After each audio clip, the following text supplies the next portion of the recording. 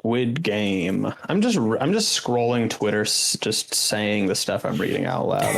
I should stop. Dude, I'm so fucking tired, dude. I drank more coffee than I've had in probably 2 years today. And like I felt like I was about to just like hurl right before I came on, and now now I feel drunk. Like this is the closest to drunk I've been in 4 years. It's gonna be a great episode though, guys. Hey, let's go. Nice. Yeah, we got one person that's drunk on coffee. We got one person that's smoking crack. Let's fucking go. And what are you sipping on, COH? I've actually been sober today. Oh, nice. It's my today's my like Sabbath day, so like sun up to sundown. I don't really like smoke weed or do anything or like look at technology, computer shit, phone shit. Oh, is that like a thing you like legit do? Yeah. That is awesome. Good for you. Yeah, I try to go outside and do something and spend some time out there. Do some Tai Chi under the sun for a little while. Touch some fucking grass. About this shit. Yeah. He's about that life. I respect All right, that. moment of truth. Moment of truth, Ben. What you got? Can you hear me now? Yeah. Can you hear me now? Yeah, we can hear you. All right, good. Sick. Okay, let me. Okay, so Craig is recording. You still have Audacity, so that should be good. Okay. CRK's got the coof. Yeah. You got COVID? I think I had COVID. I think I had it because I was sick yesterday. It went away because I have Chad immunity, natural immunity. Do you actually think you had it? Nah. I mean, it was probably like a sinus infection, and I had no other symptoms, whatever. But but also like if you're Chad, you're not gonna get COVID. It's a beta move to get COVID. That's what I it's think. a losing mindset. Hey, come on now. Come on. Just spotted the person that had COVID.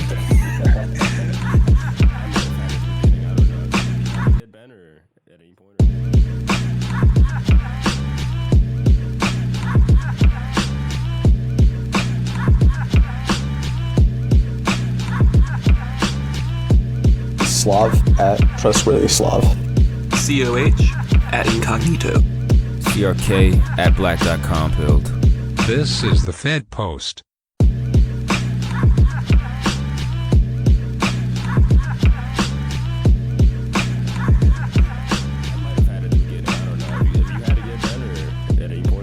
Yeah, finally got it in July. I was up in people's faces who had it for like a year and 3 months or so.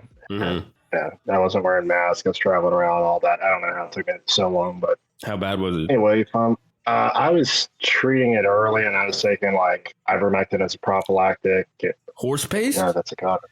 No, I got the human formulation. I ordered it off of India Mart. There's also Mexican pharmacies like Farmacia del Nino.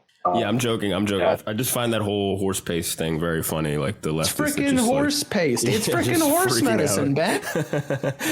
It made me want to take it just to spite them. After I had COVID, I did try horse paste once just to see what it was like. It was fine. Based. I had it on some toasted Italian bread when I was over in Tuscany a few weeks back with some bruschetta and a nice Lambrusco. Hey, This is Very, very fine. very based. like Hannibal You just Lecter. triggered mad people with that. I saw the pic you posted. Yeah, you were like on the island of Chads, whatever. There was like you guys all had like ivermectin and spread. That was based. That was tight. Yeah. It was a good I just situation. carry around a tube of the stuff, and whenever I see a lib, I just like lip it out. Sparks on it right now. Yeah. Got him. What do you think of like just that? I don't think we really talked about the ivermectin thing because like that was the only thing that got me like a ban. Just mentioning the word. I don't know. I don't even know if it's worth talking about. It kind of died down, but what? I actually got a suspension for it. And what I was saying, actually, it wasn't even like that I was promoting it. I was saying that, like, I don't know how much longer the antivirals are going to be that effective if the viral replication rate was as high as they were saying. This was like early July, and they were saying like, oh, actually the viral load with Delta variant is, so much higher than with the original variant. And I'm like, yeah, this stuff could like break through the antivirals. This stuff. So I wasn't even like promoting it. I was saying that like we might be getting to a point where it's not going to be as effective. But I think it must be doing something else that's not necessarily an antiviral action that might be doing it. It's used in a cream for skin disorders.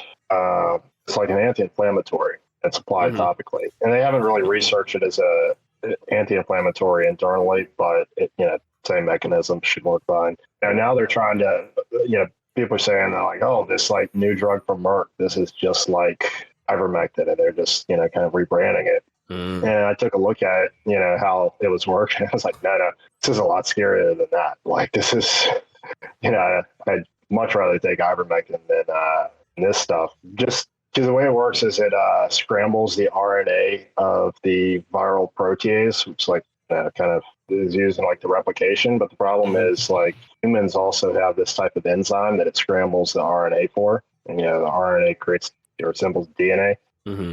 And so I'm like, all right, well, like, what if there's these other enzymes in my body and this medication like scrambles it, something goes off the wires, and like 10 years later I have mad cow disease. Like, how's this going to work? But, it might work. So I reserve judgment, but, I don't rush out to try like the latest things that come out, because some of this stuff you don't know about until, a decade later that there's safety issues. Right. That's, I kind of stick to the stuff that's been around for a long time and has a very known safety profile. What can go wrong with it, how you can deal with that, how you can take steps to prevent it, which people shouldn't take it, et cetera, et cetera. So that's generally kind of how I feel with like the actual vaccines that are coming out too, though. Like that's my reservation on it, is that like those haven't been enough either, or used for this application long enough either to have any type of long-term tests and stuff. Yeah, those, especially mRNA, because that's really just never been, it's like for the first human experiment, it's going to involve 5 billion people, like for mRNA technology generally. When you're dealing with something that is a gene therapy like that, I think you've got to be a lot more careful, because it might not just affect you, it might affect any kids you might have after you're taking it. One doctor was talking about how normally RNA, it like degrades really quickly, so it doesn't hang around in your body, so it's not really around to be incorporated into your DNA. But this mRNA has been lab stabilized, so it does hang around. And there's these like reverse transcriptase enzymes that can take that RNA and just like write it into your DNA. There's a doctor last year who was like, well, what's going to happen if some percentage of people get this written into their DNA? If they have kids, their kids are somehow, expressing the spike protein as part of it's in their DNA, or they encounter spike protein and their bodies don't identify it as like a foreign pathogen because, it's got the code for it written into its DNA, right? It's not going to recognize it as something else. So, there's a lot of this, right? That, there might be some problem with the RNA process, that it would disrupt the process in your own body, and that can lead to proteins misfolding, and then you have like Creutzfeldt-Jakob's disease. Mm-hmm. It's like a degenerative thing. It just like eats your brain. It's like these prions. There's all that. I don't know how much stock. I mean, some of the theories are plausible on the surface, but just with our experience with some of the more recent pharmaceutical stuff like OxyContin, the FDA said for 10 years that it was not addictive. Mm-hmm. Wow. I didn't talk to anybody ever took OxyContin, clearly medically or whatever. If you had a surgery or anything, you're like, wow. No, I know I would want more of that.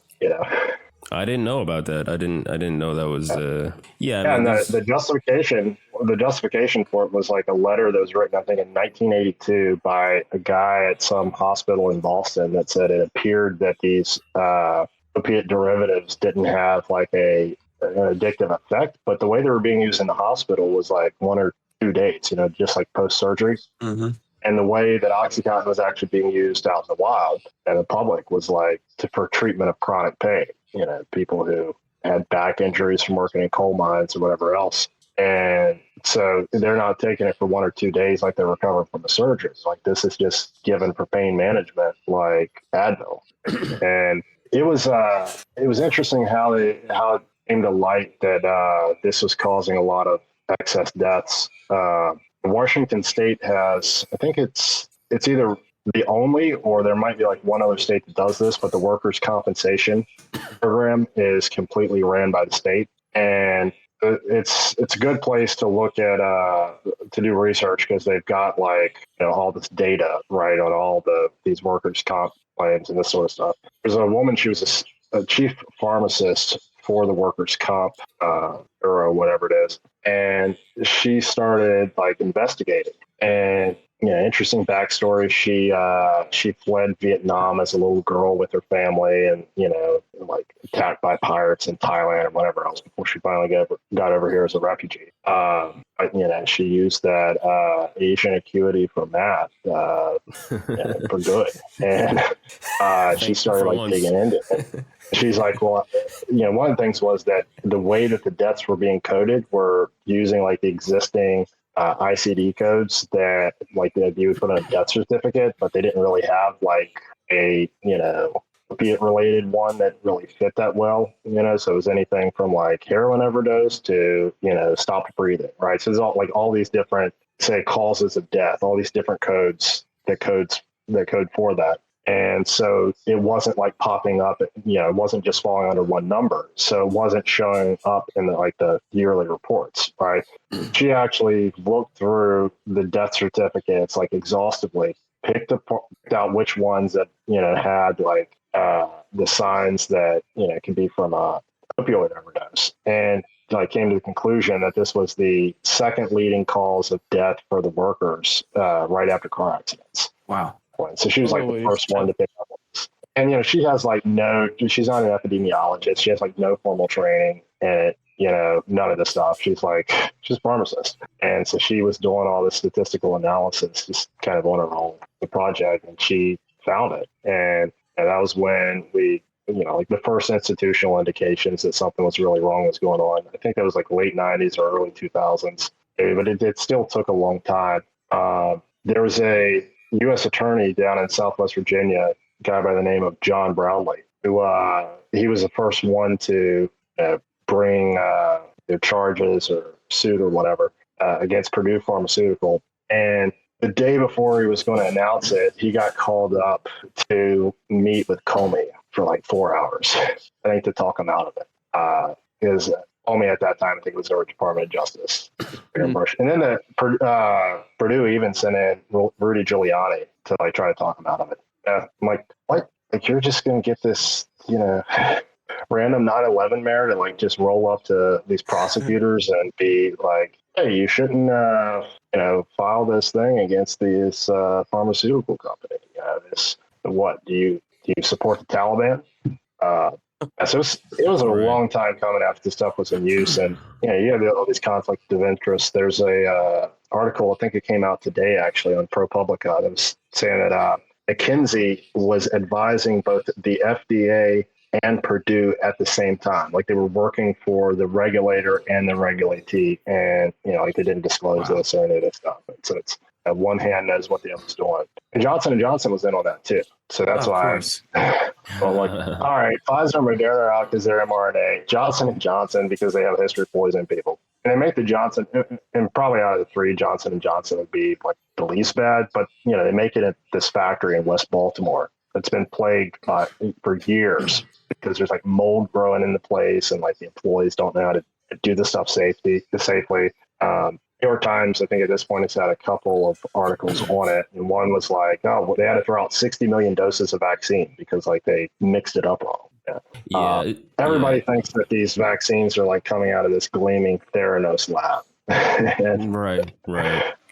Yeah. There's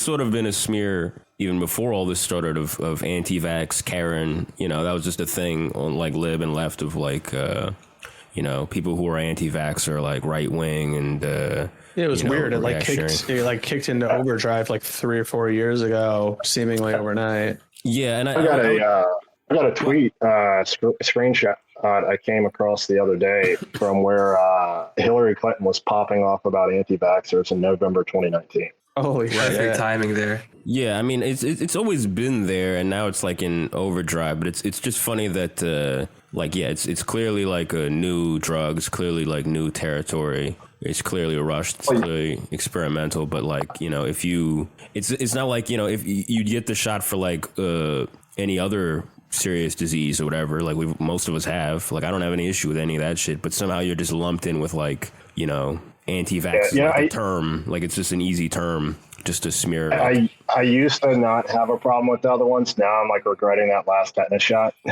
Really? Dude, absolutely, dude. This has me genuinely questioning vaccines now. Like, is this why I got asthma as a kid? You know, like without any problem until I had to like finally go for these school boosters, and then suddenly I'm having asthma attacks. Like, what's going on here? I don't know. I mean, the other diseases like this one just seems different to me. I don't know. This one just is too. I think this is definitely worse because if you look at some of the reporting on like excess deaths among young people, Yeah. there were a lot more this summer, but only among the groups that were old enough to get the vaccine. Right? So it's not just like you can't, you know, it segments out, right? Because if it was with all kids, you could be like, okay, well, maybe it's like the stress or maybe, you know, suicides or like whatever else. But no, it cuts off at, you know, I think like 12 years old. And people have looked into this and there's just a lot more cardiac events. It's actually, it's worse the younger you are, right? Because part of it is these older people and fat people getting the vaccine, they're getting a lot of the vaccine injected into fat, like not into muscle. And if you inject the stuff into fat, then you're not getting nearly as much of a dose, right? Because most of it just like gets contained there and then like leaks out over the course of months, but it's not enough to trigger the immune system. Mm-hmm. So that's like not that different than saline doses. And then if you inject it, if you accidentally hit a blood vessel, you know, like vein or something, you inject it, that seems to be the highest risk that it's going to mess your heart up because it goes right into your bloodstream, not into the muscle. Right. And I keep seeing all these news articles, you know, like with stock footage of, you know, some nurse vaccinating somebody and they're like doing the pinch wrong. And I'm like, that's a subcutaneous shot. That's not an intermuscular shot. You know, congratulations. This is nothing. But, you know, even if it goes into the muscle, then, you know, young men have the highest rates of myocarditis. So it's probably either hitting blood vessels or going into the muscle. And it's just they've got way too much of a dose because, you know, they're like 15. Their immune system is in great shape. It's not like a 80-year-old person in a nursing home where you have to give them like a huge dose to get any kind of response. It's and the more muscle tissue you have, the more spike protein you make and all this. So and that's the thing. It's like one dose for everybody. This makes no sense at all. Yeah, and what you're describing too of sort of like being equivalent to like a saline shot. Like in my mind, like again, I'm still not that concerned with what's in the vaccine. I think the things around it, like the economic coercion, are more important. I think the disease is sort of made up. You know what I mean? It's not that it's not a real virus, but I think the panic around it is completely made up. So I feel like the vaccine is sort of also made up. It's none of it is based on anything really. Like it's just a flu shot in my mind. It's I don't know. That's how I view it. I don't think there's anything really. Well, maybe there's something. Well, I mean, to Ben's point that like we don't know because in 10 years, and I said this earlier too, is like if hypothetically there was something to come out that it was actually like ruining your DNA and your kid's DNA or whatever, there would be no consequences for these people. That's for sure. Of course. Yeah. There's no consequence now when like 15-year-olds are dying of this stuff. Like perfectly, you know, like the number of kids that have died from this virus has been extremely small, even compared to other viruses like RSV or the flu, and, you know, like all these common things that, you know, we just considered a normal part of growing up, right? You're going to get sick sometimes. And so it's like there's no benefit for them. Vaccine doesn't prevent you from transmitting it, right? So it's not going to protect your teachers or anything. And if it does have an effect, it's an individual thing, right? So my choice to get it or to not get it, only impact that I could potentially see it having on you is if it turned me into an asymptomatic carrier of it. And so I was out, you know, at the rave because I felt good and gave it to 70 people. Yeah. They're creating the asymptomatic spreaders that they've been worried about in the first place with that. You look at the countries that are having the worst surges right now, and they're all in places that are really highly vaxxed. Like Singapore, it's going crazy now. Really? So the vaccinated super spreader hypothesis, it's real. We're seeing it in place after place. Iceland, Israel. Israel, like you're not fully vaccinated until you get the third one. They just said that if you only had 2 doses, you're a filthy anti-vax. Well, and Israel's a really interesting one too, because aren't the numbers coming out of Israel just like showing that the failure of the vaccine is just such a smaller time window than anyone would have predicted, and it's such a humongous drop off in effectiveness. Yeah, and that might be partly because they're using all Pfizer, instead of like a mix of vaccines. So it provides a better like terrain for the virus to operate on. It only, as in like the environment is creating for the virus. Okay, right. Okay, they say mixing vaccines like helps and like creates it like more tricky. Well, they do say diversity is our strength. Right. No, I remember that study where they were saying like people were like getting multiple vaccines of like the same and just like combining a bunch of different brands just to like, I don't know. It just sounds insane to me, but Israel's a funny extra chromosomes, bro. Yeah, another head and all that. Make your dick get bigger. I don't know. Israel's just funny. Like they were like, oh yeah, the vaccinated population is about to drop by 30% because you don't count as vaccinated with your Vax passport unless you have the third shot. You're getting demoted to unvaccinated, even though these people more than 30%. I think it's like closer to over half. I thought. Insane I could be wrong. Yeah. Well, and I think even here in the U.S., there's a lot of people that aren't even going back to get their second booster in the first place. Yep. And so like here, that number is got to be a pretty large percentage of people that would be quote unquote not covered under that immunity either. And so I don't know. That's something that bugs me when people are like, oh, dude, you're just like one crazy person. Everyone, like all the working class is vaccinated. Don't even worry about it. It's like 70-something% of people. This is a boutique issue. And it's like, dude. It's like 70% of Black people in New York are unvaccinated. Yeah. I'm starting to think that, go back, you look at some of Biden's quotes about the Confederacy and how, Delaware would have been part of the Confederacy, but, there were some Yankee states in the way and all this kind of stuff. I'm starting to think like the guy's a neo-Confederate. He's putting up Jim Crow, under our noses all over again. You got Richard Spencer out chilling for the backs. Something's going on. Fucking A. I think that Spencer and the left too. I mean, it's this like what you were talking too about like that history of like OxyContin and like all the big pharma scandals, like the tainted blood scandal in Canada and like decades ago and or all like that stuff. That Pfizer anti-smoking drug that they just recently came out and said, oh, that's actually giving people cancer and fucking people up. Yeah. You get all the cancer and none of the fun. Yeah, exactly. You don't even look fucking cool taking Chantix. Are you kidding me? You just get depression. Can't even. And now cancer, I guess. Yeah, no, exactly. You can't go outside and bum a Chantix off somebody.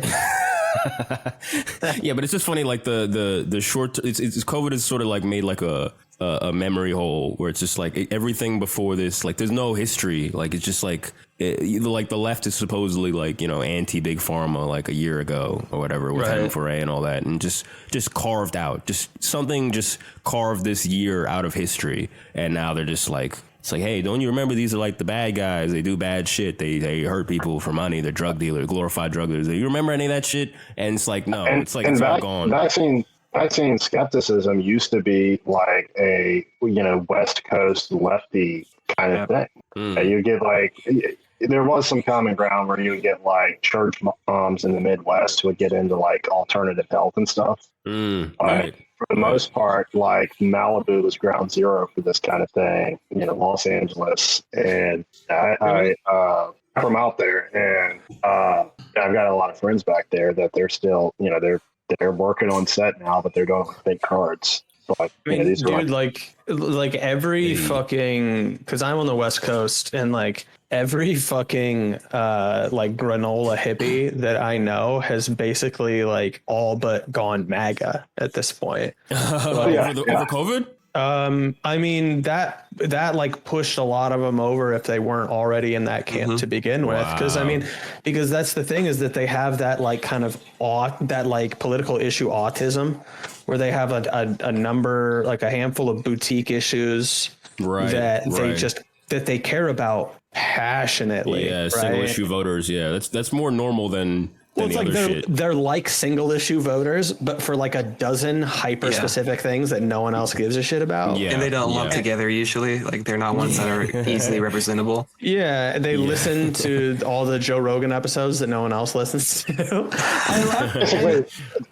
the people who liked Tulsi Gabbard and Marianne Williamson. Yeah, absolutely. Absolutely. Right. And yeah, dude, I know like a lot of, I'm talking like people I know that like, I'm talking like grew weed back in the day, fucking naturopathic shit going on, MAGA. MAGA, several that I know. It's That's wild. interesting. Yeah, I mean, it's weird. Yeah. There's like, and black also, people not liking the vaccines. It's just interesting that I don't buy the narrative that everybody, this is boutique and everybody's getting the vax. Everybody wants it because Stephen Colbert is doing fucking the vaccine dance. Everybody wants this. What are you talking about? Everybody loves this. I think the numbers, especially for young people, are being cooked by like people like Keith Olbermann who've gotten 10 shots, but they're like just getting under different names, right? Because they're just going by like doses administered. Yeah, and it's like going to be to the point where you're going to have libs like down on the boulevard, offering like sex acts in exchange for a Pfizer booster. Oh, yeah, 100%. It's like a Chappelle meme where he's like Ashy and Scratch, and he's like, anyone got them boosters? Anyone got them Pfizer red tops and blue tops? These sick fucks. I mean, well, this whole fucking thing you see trotted out recently of something like somewhere in the range of like between 70 and 80% of Americans have gotten their vaccine, and it's just the first one. It's just the first one. Yeah. Like, and I don't even fucking trust that number in the fucking first place, man. Like,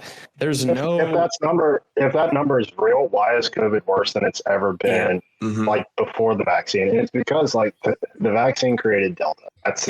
It worked against the original variant, but like these people, they claim to like love the idea of teaching evolution in schools and all this, but when it comes down to actually understanding evolution, right, it's really bad. Yeah. To me, dude, it you don't seems get like it, guys. It's just the Delta, bro. It's just the Delta. It's so much worse, bro. And you guys don't get it. Lambda after that. Lambda. I'm like physically stopping myself from saying ligma. Yeah, man. No, with this Israel thing, I mean, like, and the vaccination status changing and the boosters thing changing, and like, I mean, they've hinted at this for a while. I mean, I've been saying like this is going to happen. Like, I mean, I just think it's just going to be funny when all these people that think of like, oh, I'm vaccinated, I'm a good person, I'll be in the protected class. It's like you and there's sort of like a buyer's remorse or like a cognitive dissonance where like, all right, well, I'm vaccinated, so I need to rep the side because I don't want to look like an idiot. But it's like, yo, if you did that just to get along, just to go along, just because it's easier or whatever, you're not your protected status is temporary. It's fleeting because you're going to be part of the deplorables in a second, and then until you get the booster, and then again with the next variant, and again. So like, there's no need to feel like a cognitive dissonance of like, I gotta. Well, I'm stuck with this because like I don't want to look stupid. It's like, no, you look stupid if you just keep going along with this. It's gonna be every 6 months. It's every fucking 6 months, and they're gonna keep doing this. And I mean, it's gonna be an access thing. It's gonna be how high status you were. That was getting the original vaccine. Was if you were higher status, you were bragging about it. Like, oh, I got connections to get me the vax early before everybody else. That's how it's gonna be with the boosters. It's gonna be a class thing, obviously. And like, well, some people are now disgusted that they got it in the first place too. Yeah. Like, just like posting like, I wish I never had to, over in Italy, they were burning their vaccine cards at this protest over the mandates, right? People who were vaccinated, but they resent the idea of having to show a card to get into a restaurant. And so they were just like creating this little pile and like lighting it up and, unvaccinated were hugging them and crying them and all this, crying on them and all this stuff. It's like, it's a very Italian city. Yeah, they're in a weird spot, and I was talking about this before, but they're in a weird spot where they have to sell the efficacy of the booster by downplaying the existing booster, but they also have to get people who haven't gotten the first shot. So they're in like this weird limbo where they keep having to say that the vaccine doesn't do shit, but then it's like, they have to eliminate the control group too. They have to what? They have to eliminate the control group too, because you can't have people comparing. Well, everybody needs to get the shot, right? So the reason for that, I think, is that if you have like half the population vaccinated, half the population unvaccinated, and after that, after the antibodies start declining, you can compare the two populations, like people were doing with Israel early on in England and other places that had better data. CDC is not tracking any of this stuff. And be like, hey, actually, the amount of people in the hospital is basically proportionate to the amount of people vaccinated in these age groups in this area. Right. So it's like, it shows that there's not really much effect. Right. And I would still allow there might be some effect, but Pfizer and Moderna's own longer term follow-up studies showed that there was no improvement in all-cause mortality. Like, same amount of people are dying in the control group as in the vaccine group. So it's the total effect is basically null. It's a washout. Like it might save some lives from COVID, but then it's also like killing some people, and other. It's just like a coin toss whether you're trading your risk of COVID for risk for a heart attack or whatever else. So I've said people who should get it are the ones who are at pretty serious risk of COVID. Sure, for sure.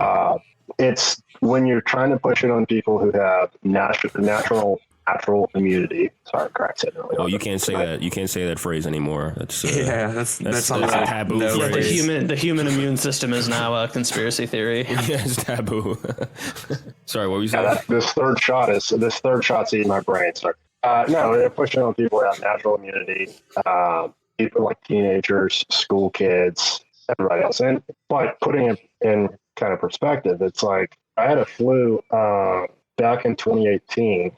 That at one point, I actually thought I would legit might die. I was on like week 2 of this thing.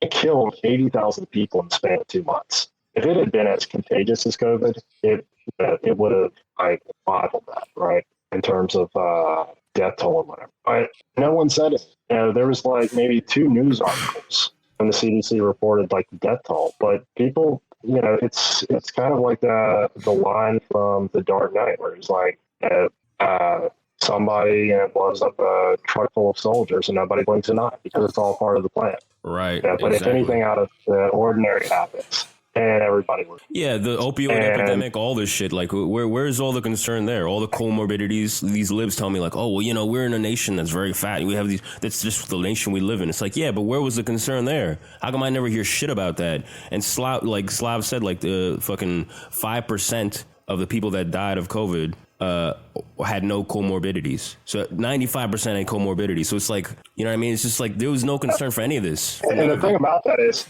60% of Americans have some form of comorbidity. 50% of them have 2 or more of the comorbidities associated with COVID.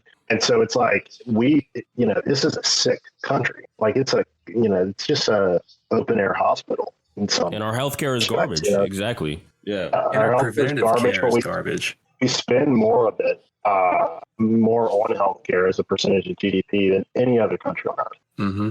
And we get nothing from it except profits for the corporations that run the hospitals, for the pharmaceutical companies, and then lots of money for the bureaucracy. And it's just, it's insane. There's no return on investment, but now it's such a huge portion of our economy that whether it delivers good healthcare or not, they preserve the structure because it would be so destabilizing. Right. The way that medicine's changed. Doctors are now just taking instructions from computers pretty much. Because these hospitals you don't have these independent hospitals so much anymore. You have it's all, one company will own, 20 hospitals in a state, right? So it's this whole a regional health system or whatever. And they're all saying okay, well, this is the way you're going to treat COVID patients. I talked to a nurse at ICU yesterday. I was on. She's she knows that the vents in the remdesivir aren't working, right? But she can't give people really any other treatments or things that she thinks would work because the electronic health records, just part of Obamacare, everybody's health records had to be electronic. Actually, I think one of the worst parts and one of the parts that Republicans just kind of totally ignored because they didn't understand the impact it was going to have. But all this stuff is logged, right? So you've got your employer as a spy looking over your shoulder, seeing what kind of care you're getting. So doctors and nurses, they don't have a lot of individual leeway in determining. They can't really practice. Their hands are tied. You can't practice medicine in the same way. There's the last time administration system that our med schools don't fail out hardly anybody. It's all even once they get placed with a hospital or whatever, you can have them getting a D grade in surgery, be really bad at surgery. It's all pass fail. Right. And the med schools have this huge incentive to just pass people because their accreditation the loans stuff will get messed up if they're failing a bunch of students who've taken out $500,000 in debt that's backed by the government. Right. Well, at this point, is anyone failing students out anywhere across any fucking programs? And here's the thing: if you're really bad, if you're actually bad enough to fail out, you can still go to the Caribbean. They got all these med schools there. My friends in college. And you just hang in your med. Yeah, that was the go-to if it was too hard. You get a huge variability, and a lot of the actual talent, they go into the specialties. They become like neurologists, plastic surgeons, whatever else. And the people you would want to be actually really competent, like the family doctors, right? The ones who like be able to pick up on stuff. That's like, you just get a mix of people who are like the dregs, or just, you get a handful of people who they just really wanted to do family medicine because they were getting into medicine for some other reason than, status and income. And there's not a lot of that second type, the idealist, and the ones that are, they get ground down by the system really quick. Like, so if you're good and you put your heart into it, you get chewed up and spit out. Like, this is. In college, like all the kids I met who were like trying to be a doctor, whatever, I was like, oh, what are you trying to do? They're like, yeah, I want to be a doctor. I want to make bank. That was the full sentence. That was the extent of it. Like, that was most of those kids. And yeah, if it didn't work out, then they would go to the Caribbeans. Like, that was just the plan. It was just to make money. And so like, I've never, that's just how it's usually been. And like, yeah, the whole like, there's like, I have doctors in my family, and like, they'll say like, you can be in a state and they'll be like 2 surgeries, like the same surgery costs like $10,000 different in the same state. You know what I mean? Just like a little bit at different hospitals or whatever. Up in Pennsylvania, the Amish will actually help build hospitals. They're not charging. It's just like a community thing. Right. And then they'll take the Amtrak to Mexico to get health care because they can't afford the hospital bills up there. Because they're also honest people who pay their debts and don't do what you're really supposed to do, which is like, either ignore the bill collectors or like declare bankruptcy or something. It's a system that also like it punishes people who are like actually trying to do the right thing, who are, the people with the behaviors that make high trust societies exist. Right? You're punishing any, pro-social behavior.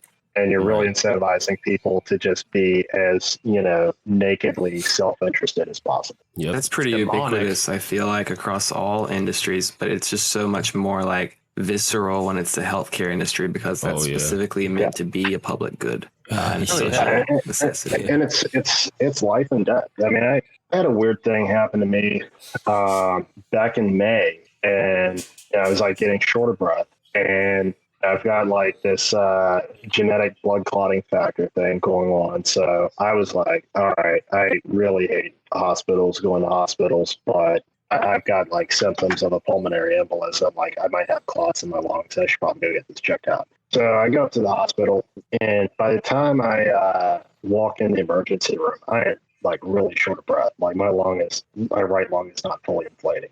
And it's like starting to get kind of painful. And so first thing, I walk in and I try to tell the woman, like, I'm having trouble breathing. And she's like, I need you to put on a mask. And I was like, I'm having trouble breathing. And she's like, it's hospital policy. So I put this stupid mask on, which doesn't help things. Because like, I'm just trying to get a breath, right? Now I've got to like try to get through this thing. And it takes over 4 hours to do a CT scan of my chest to see if there was a blood clot in there. If it had been a blood clot, at any minute, if that thing had slipped, it'd be too late. These things will take, a pulmonary embolism will take you out in a matter of minutes. It's irreversible if you got it. And so then, like, the doctor comes in, she's like, well, it's not blood clots, but you've got this huge air bubble in your chest cavity by your heart, and your lungs partially collapsed. She's all freaked out. She's like, there's an ambulance coming to take you to this other hospital, which is like a pretty renowned hospital, actually, even nationally. Jeez. And so I go there. I'm like, okay, I'm dying. It's cool. And ambulance takes me, like, loads me in. I'm in this dingy emergency room all night on a stretcher. I ask a nurse for painkillers at like 2 a.m. She comes back at like 7 a.m. with the Tylenol. And none of these doctors or nurse practitioners or anybody have any idea like how to deal with the situation. And so finally, like 8 o'clock the next morning, my back's killing me at this point too, because these stretchers are pretty uncomfortable. I get transferred up to like a normal room to where at least they're, compassionate enough to give me some Dilaudid and knock me out enough to where I can, get some sleep. And at this point, like, the sleep deprivation is like making me, I think, even worse than the issue I was having. Finally, they get a doctor around sometime in the afternoon the next day. He comes in for like 10 minutes and was like, oh, this happens sometimes if you're young and tall. we can go ahead and discharge you. And, you know, like I was out of there not before some nurse like yanked the IV out by like the tube instead of like pulling it where the port was. I had like blood spurting all over me. Oh my God. And yeah, thankfully I have good insurance, but like they billed my insurance like 80 grand. And I would still get like random bills like, you know, all right, this is your part of the copay for the ambulance. This was $800. This, that. And like that whole experience, I was like, all right, next time, even if it is a fatal blood clot, I'm just going to die at home because this place was so depressing, so dehumanizing. Yeah. Every time I've been to a hospital for like an emergency situation, it's always been bleak. And yeah, the ambulance is like fucking thousands of dollars. I just didn't pay it. I just like was like, I'm not paying this. I told them I'm not paying this shit. Like I was accompanying someone in an accident. I was in a car accident. I just was with them in the ambulance just to be like nice because she was like her hand got fucked up and they were trying to charge me $2,000 for like sitting in the ambulance even though I was fine. I was like, I'm not paying this shit. And bro, I was just a passenger, not a patient. Yeah, and there's mad people who like just don't pay it and you get away with it. They just don't pay it and like they can't really do shit about it. Like they let it go because I bet they're chasing so many people. You know what I mean? Like maybe your credit score gets a little dinged. I don't know. I don't think mine was, but like just don't pay it. Just fuck them. Like it's bullshit. And people take Ubers instead of ambulances to the fucking hospital. Sicko shit. Well, they're going to have to do a lot more of that now because like they're losing paramedics to these vaccine mandates. Oh like, my God. Hospital I was at yesterday, it was crazy. It was like you only had a handful of nurses running an ICU unit that was 3 times as many nurses as was there. A lot of patients. They didn't have a polling team, like the people who flip people over so they can be face down. That helps out a lot with COVID. Like helps with keeping people from having to go on ventilators or whatever. And I was like, in the lab results, like the lab results that should take an hour to get back. This thing can like take up to 2 days because they just didn't have enough lab techs. And I was like asking the nurse, I was like, what is going on here? And she's like, well, you know, like we were already having some staffing issues. You know, people were like burning out and stuff. Like, but then like the mandates came down, and like there were quite a few people who worked at the hospital. They already had COVID because they've been exposed for 16 months and all, and they just weren't comfortable with this. And it was enough to where they would leave good paying jobs and just say screw it. And that's like the same thing for some of the paramedics. Yeah, paramedics are actually like they're one of the groups of workers in a society that I think they do probably one of the toughest job. Like I've got just an enormous amount of respect for them, and they really don't get a lot of praise. But like they're the ones who show up when somebody's in their house having a medical crisis, right? And they've got to like figure out what's going on. And then, and they're, some people see them as like kind of ambulance drivers. It's not that. Like they're everything. They do transport, but they're the people who have to figure out what's going on. Is it something like, do we have to do CPR here? Whatever. They lose a lot of people. Yeah, I've seen them save a friend that was having like a seizure because of he was like diabetic and having a seizure. I've seen them just save him on the spot. So like, it's not, they're not just right. Yeah, and then they take them to the hospital, and because of HIPAA rules, they usually don't find out what happens to the patient, like whether they lived or not. Or whether what they were doing was having an effect, right? So like in a normal medical setting, you can kind of get a feel for the pattern of like, all right, if we treat this case in these kind of cases a certain way, this tends to be the result, right? And you can kind of like improve how you do your thing based on, the results you're getting. They don't get that kind of stuff. They have no access to the data, whether these people lived or died or what the outcome was. And, it paid like $20 an hour. It's not a high paying job, especially considering like the rates of PTSD that you would encounter by just like coding people and losing them on the spot, like, having to tell their family that are there that, they're gone and all this. This is just such a hard, and if people are now being put in this position, it's like, all right, if you don't take this injection, we're firing you.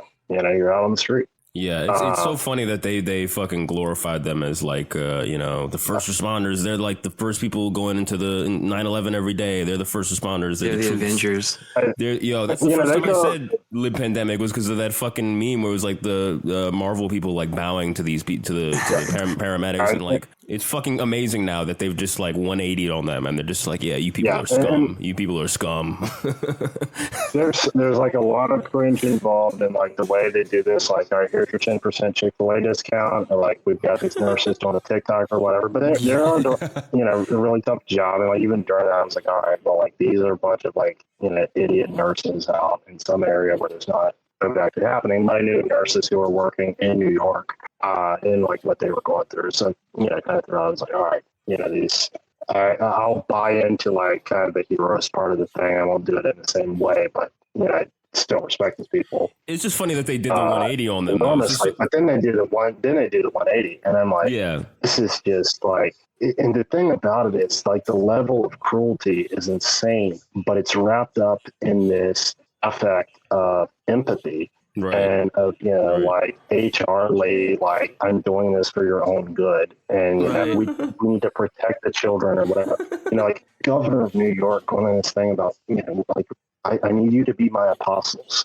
And you're the smart one, so you get it. And God wants you to get the vaccine, and I need you to be my apostle. And I wear my vaccinated. Dude, I gotta say, I listen to that shit. That's satanic for real. Like that shit was crazy. That is fucking wrong, dude. Like that sincerely offended me. That's maybe the first time I've said that in a long time.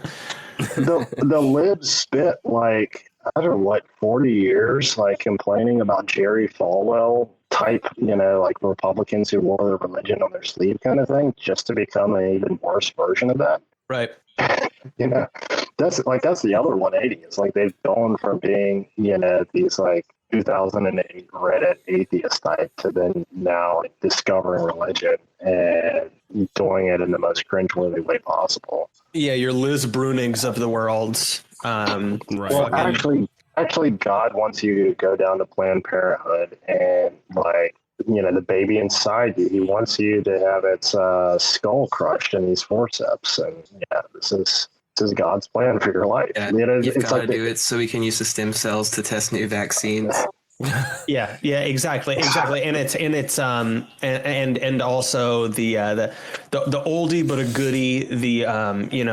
Jesus would have been a social democrat and supported all of our social safety net stuff, and so to say nothing of these programs or anything, just this entire thing of like, because I feel like that was the first time I heard all this stuff of just being like, you're not supporting these agendas. How could you possibly consider yourself a Christian? Of course, like blowing past the concept that there's like any other alternatives. It's like it's just one or the other. You must just absolutely hate people. It's really funny. It's just like feminine emotional manipulation.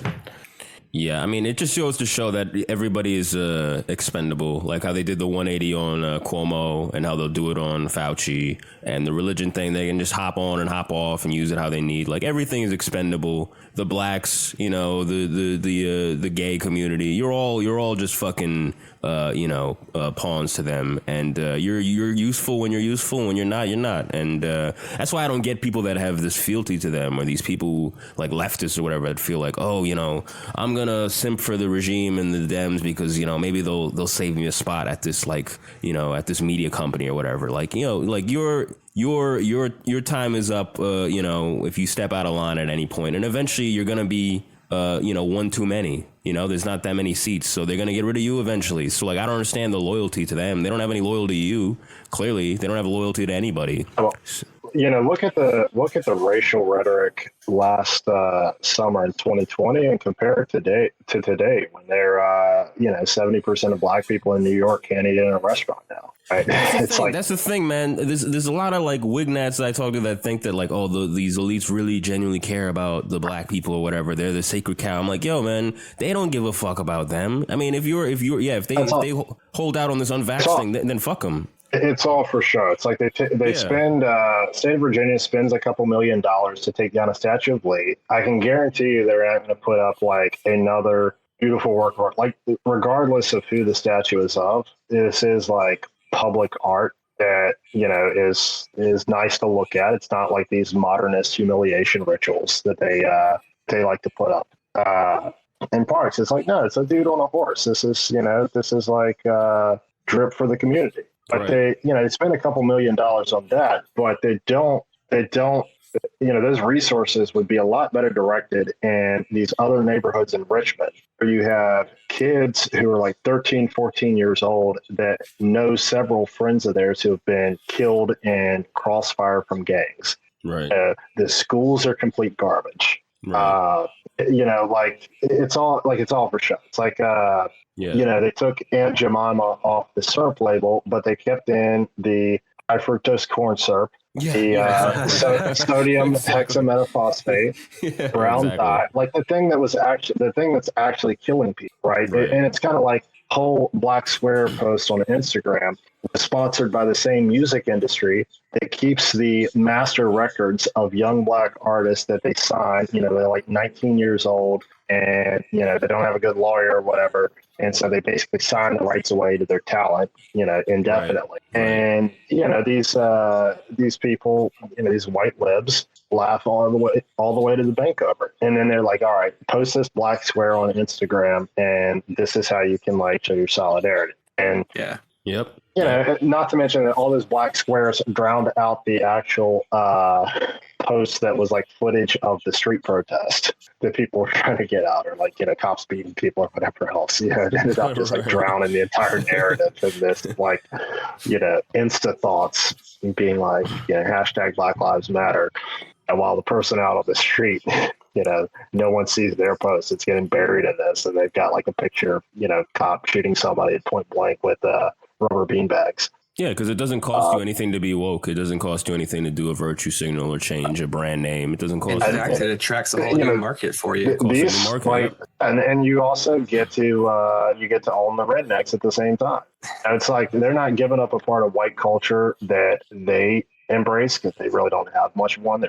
They're not rooted to any nation state, right? They have more in common with people in one of the other major capitals across the world than they do with people who live in rural communities in their own country, right? So it's like, all right, you get to, we'll sacrifice this other group of white people's culture as a thing. We're not giving up any of our own.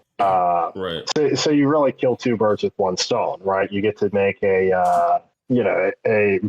get to do your virtue signaling, and then you also get to piss off the wrong kind of whites that you hate. So exactly. Scapegoat. Yeah, exactly. And and I have to mention real quick, like Sanrio Pilled, psyop resistor, like he had some article he was posting about how like the beginning of the pandemic, 50% of the people that were coming into the hospital had mild to no symptoms. And I remember when it all started, I was saying, I bet there's a bunch of people like the toilet paper panic that are just going to the hospital that don't need to, that think they're fucking dying and clogging the hospitals, and they never built any more ICU beds, like all that shit. Like it was psychosomatic.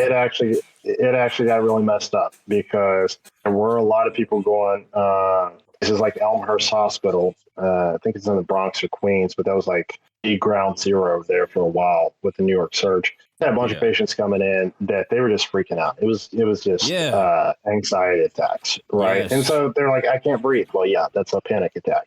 Yes, but they were being put in rooms with COVID patients, so they did get COVID. Oh my! And God.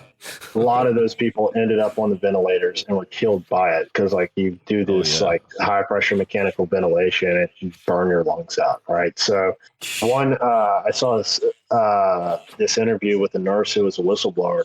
The one patient who survived, his sedative had worn off enough for him to like rip the tube out, the intubation tube, and he pulled through then. Because even with oxygen levels dipping, and their whole thing's like, all right, if it gets below 90, like throw them on the vent. People like this this looks more like what you see with some mountain climbers, to where they can get oxygen levels down into the 60s and still be able to have a conversation with you. There are people who could have a normal conversation being put on ventilators there early on, and being killed by it.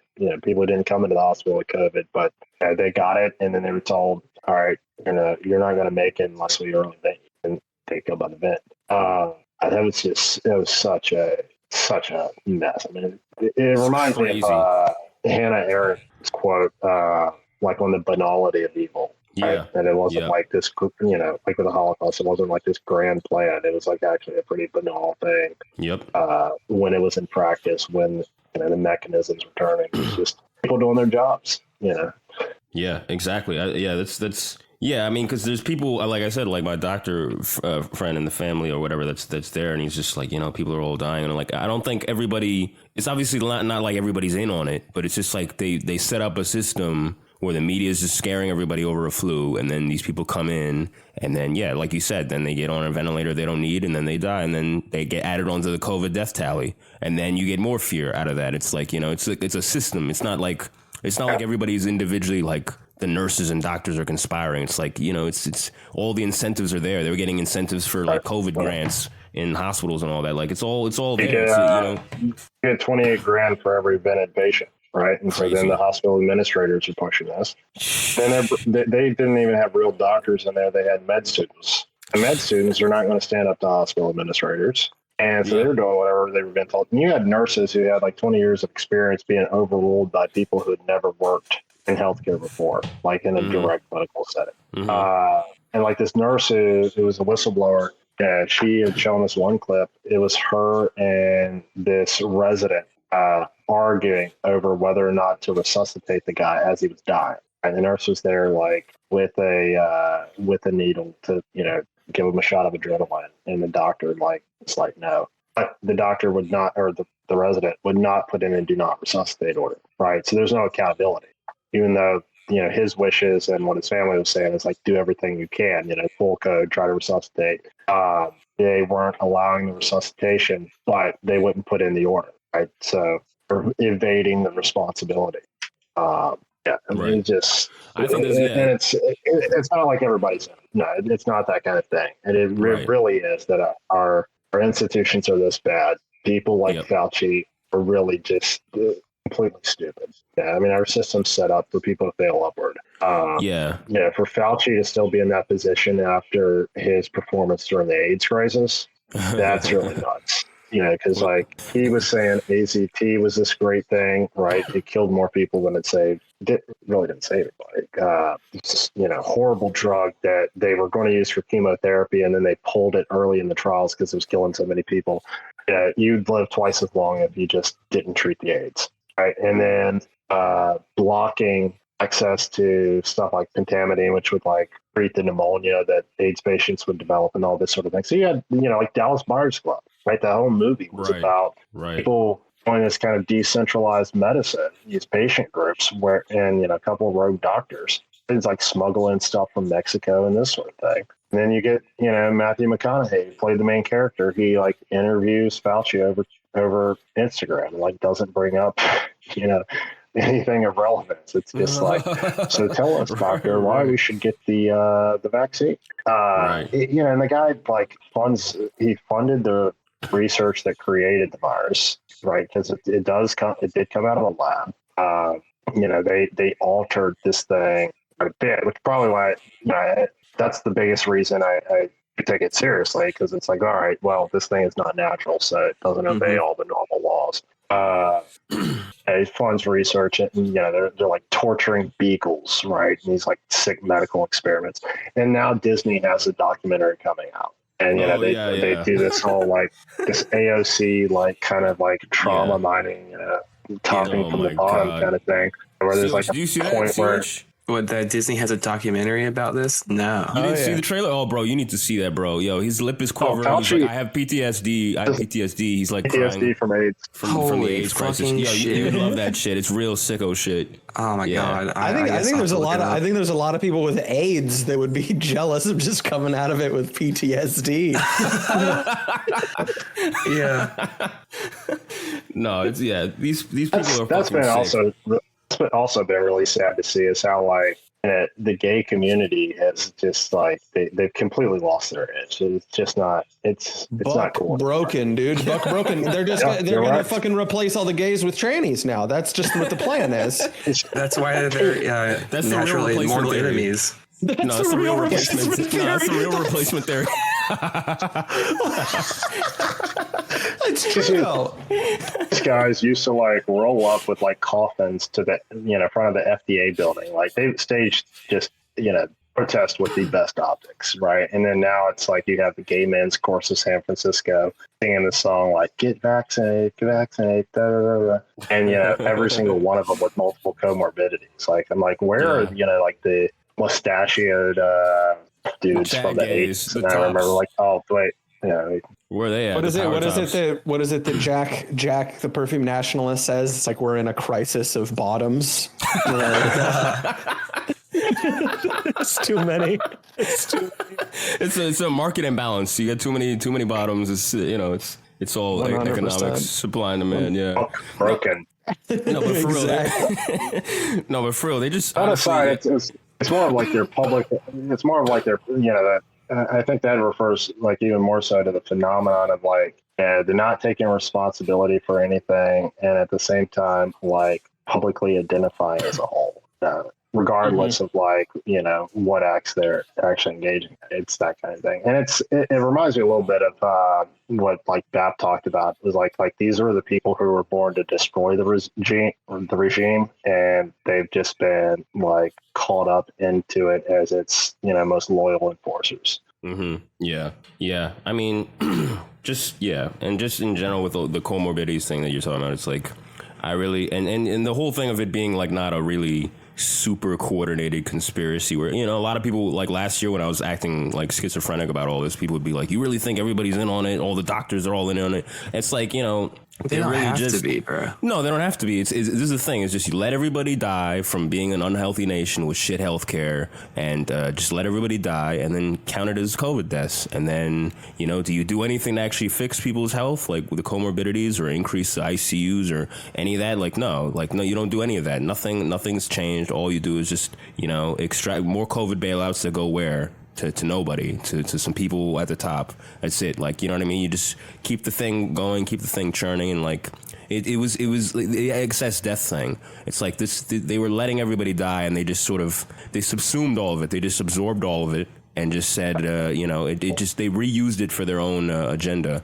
and kept it going. It's kind of brilliant. It also made it worse by like changing the driving the evolution of the thing into ever more virulent variants. So like if they just left it alone without the vaccines, we could have not dealt with Delta, which I think the jury's still out on the mortality, but like the mortality, it's bad enough, it's serious enough, but it's contagious. But like could be said of the original one, but it has escaped the vaccines, right? And so the question is, if we keep pushing it, is it going to change enough to invade a natural immunity? Right. Because then we're like back to square zero, and like you're 80 million people who are now like fully immune suddenly aren't immune to it. It's like, right. All right, so if we go through that again, are we going to get like these add-on effects? Right? Like, did the first infection like do something to you that would make a future?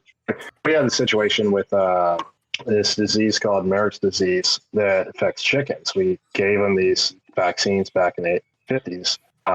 It wasn't something that they would need vaccination, except people wanted to be able to raise them in these, nasty factory farm conditions where they're all like crowded and in darkness, and it's like Auschwitz up in there. They gave them these vaccines, but they didn't prevent transmission. And what ended up happening was it drove the virus to just become more and more deadly. Where now, like, it's more deadly than it was before, even to a vaccinated chicken, and to an unvaccinated chicken, it's like 30% mortality. I mean, they don't think ahead. It's always about like, what's the next action, right? It's never, there's no regard for, all right, how is this next action actually going to affect like your second and third order consequences kind of thing. It's really like they are doing the work for the virus. Like their decisions. It's not just that it's not making anything better, that it has no effect on the pandemic. It's that it's actually making it worse. Yeah. It's like gasoline on fire. We have these vaccinated super spreaders now. Then you have a recipe to have like way more local case rates than you would before. Some percentage of those are still going to end up in the hospital, and the hospitals were already strained. They're built for efficiency, which means that, they're not built to have excess capacity. Then staff are burnt out from the pandemic. They already have staffing crisis. And then now they're putting vaccine mandates into place. and so they're losing even more staff. And so we've created a situation to where, you know, the original logic of, you know, slowing the spread to preserve the healthcare system, the healthcare system's even more fragile. In this time, we've done nothing to make it more robust. Right. And so now we're actually at this point, but we don't have the public buy-in, right? There's no trust in the institution. So you couldn't get people to do anything to prevent disaster because you already pushed that button once. Yeah, you burned all your social capital. Yeah. That's and you know the other thing I was gonna ask before we end is like you know about ivermectin and Merck, and like that company that made ivermectin, or one of the companies, they like, you know, they were like, oh, ivermectin, like they like denounced it or something. Whoa, and then they have this. Wait, hold on. Are we talking about freaking horse paste? Yeah. It's Cover your for ears, kids. horses. Yeah, cover your ears, kids. Yeah, but there's like, the company came out with this proposal for a daily Vax pill. I don't know if you guys have seen this, daily Vax pill, which is like, you know, I was making the joke about like the movie Equilibrium or whatever, like it's just gonna, or THX 11, I forget the name of it, but like, just sort of like George Lucas flick. Yeah, the Lucas one. Yeah, just sort of like numbing you out or whatever. But like, yeah, this idea of like, oh, perpetual variants. Like, oh, why don't we just give you a pill every day that'll fucking boost every single, a vaccine that you take daily. You know like what I mean? Like a multivitamin. Yeah, and they've redefined what a vaccine is. Now vaccine is like, oh, it just kind of like helps vaguely. It doesn't really solve, it doesn't really like get rid of the virus. It doesn't prevent it. It's been like changing. Now the definition is like change. It's insane. It's insane. They call this shit a vaccine. Have you seen the pills? They look like they put liquid diarrhea in capsules. It's like this liquid brown pill. Yeah, I mean, Merck had came out against ivermectin, but the only reason that they were that they're manufacturing it is they're able to get tax write-offs by donating doses to Jimmy Carter's project to provide all these countries in Africa with free ivermectin. Yeah, because it prevents river blindness, right? And certain other parasitic infections. Incidentally, those countries that have river blindness and where these treatment programs are widespread, they have very, very low rates of COVID compared to neighboring African countries. And we're talking about like 5% of what, the country next door is having. So, that was something, that was kind of an early signal that, there can be something here after they had first identified it. Like, all right, it seems to work in the lab. But ivermectin's not making a big profit off of selling this to the retail market because there are generics. And, that's the story of pharmaceutical companies. Like Gilead, for instance, which I think had Donald Rumsfeld on the board. But, they make the whole, daily preventative pill against HIV. They went ahead and put out their first formulation, Truvada, even though it had, these known side effects. And they had a better formulation on the shelf, right, that they could have released a lot earlier. They waited until the patent expired for the one, so it had to be a generic option. Then they come out with this new one, and it's like, all right, it's the same thing, except it doesn't have the side effects this other one. Right, so they'll kind of like slow walk some of their products, and they're actively causing harm to people. Right, we're not going to release this other one until we've exhausted the profit potential of one it would replace. But yeah, I mean, ivermectin's been around for decades, so Merck wasn't making bank off it. It's like a 30-cent a tablet kind of thing. Right. And if you order from India or Mexico, it can be as cheap as like 12 to 15 cents a tab. But what they've come out with, I know some people have said that, okay, this is just like a rebranded form of ivermectin. If that was true, I'd be fine with it. I mean, even though they're selling it for $70 a pill, be like, all right, whatever. We'll finally get it to people, even if it's for this sort of extortion racket. It doesn't work like ivermectin the same way. And it doesn't have like long-term safety profiles. It works by scrambling the RNA in the viral protease, which is like responsible for its replication. Right. So it inserts genetic errors into the virus's code, then calls it to like fail. The problem is like, you don't know how well this medicine targets the viral protease exclusively, or if it interacts with their own, human protease enzymes and scrambles the genetic code of some of those too. And these are things that like you might not be able to pick up for a few years. issues that could be involved, because you can create a disease. It takes a while to really show up to people. So just because something might seem safe, in a 2-month trial, doesn't mean that it's going to be safe for people in the long term. And they're talking about getting a lot of people on it. So we're talking about big number of people who could potentially be affected. I prefer to stick to things that have been around a while, because we actually know what the safety profile looks like for that with a reasonable degree of certainty. Any kind of novel molecules, I don't want to be the first to take it. I'll put it that way. Right. Too, though, you see how the corporate media and public health establishment work is, they cut this trial short. They didn't even finish it until the date they were supposed to take it to. The results are so good, we're just going to go ahead and stop the trial now and apply for emergency use. And Fauci's like on TV this weekend, all the big Sunday shows like using it, and you've got like all of these news articles from the corporate press. Twitter makes it a trending topic. It's a lot of PR versus those of us who like got suspended for even spelling out ivermectin without adding an asterisk in there. So yeah. I didn't even fucking say anything pro like you. I didn't say anything pro ivermectin. All I said was like, I don't care about ivermectin. That's literally what I said, and I got like a temporary suspension for it. It's crazy. Yeah, the algo is crazy on that. And also, I hope it works, and I hope there are no problems associated with it. I'm not just like playing the role of just trying to shoot down anything that they might come up with. But given the track record with these people, I'm pretty jaded on that point. I look at stuff like statins. It's widely prescribed. Drug companies push it. Doctors push it. All this. There's no benefit. All it does is like shorten people's lives, so they don't consume as much Medicare or Medicaid. It creates like these autoimmune diseases. Just the stuff, right? So see it time and time again. See this stuff happen to older people that I'm close to and care about, and people having their health destroyed by pharmaceuticals. And so I'm not jumping up and down like when Merck has one study that they cut short that they saw some benefit in. I guess we'll see. We'll be closely monitoring the situation on a line from Trump. Absolutely. I think that's a good place to end it.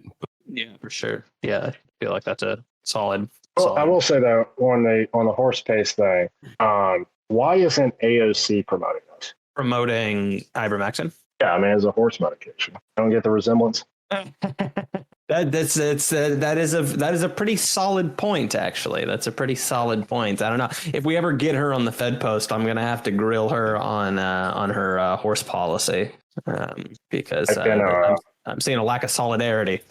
Yeah, I've got about 3 texts from her I haven't responded to yet. I could probably get her on the show. Hell yeah. All right, well, signing off here. I feel like CRK might have fallen off there, but thanks for coming on, man. Do you have anything that you want to plug or promote or anything like that while we have you? No, I'm very bad at shilling and grifting.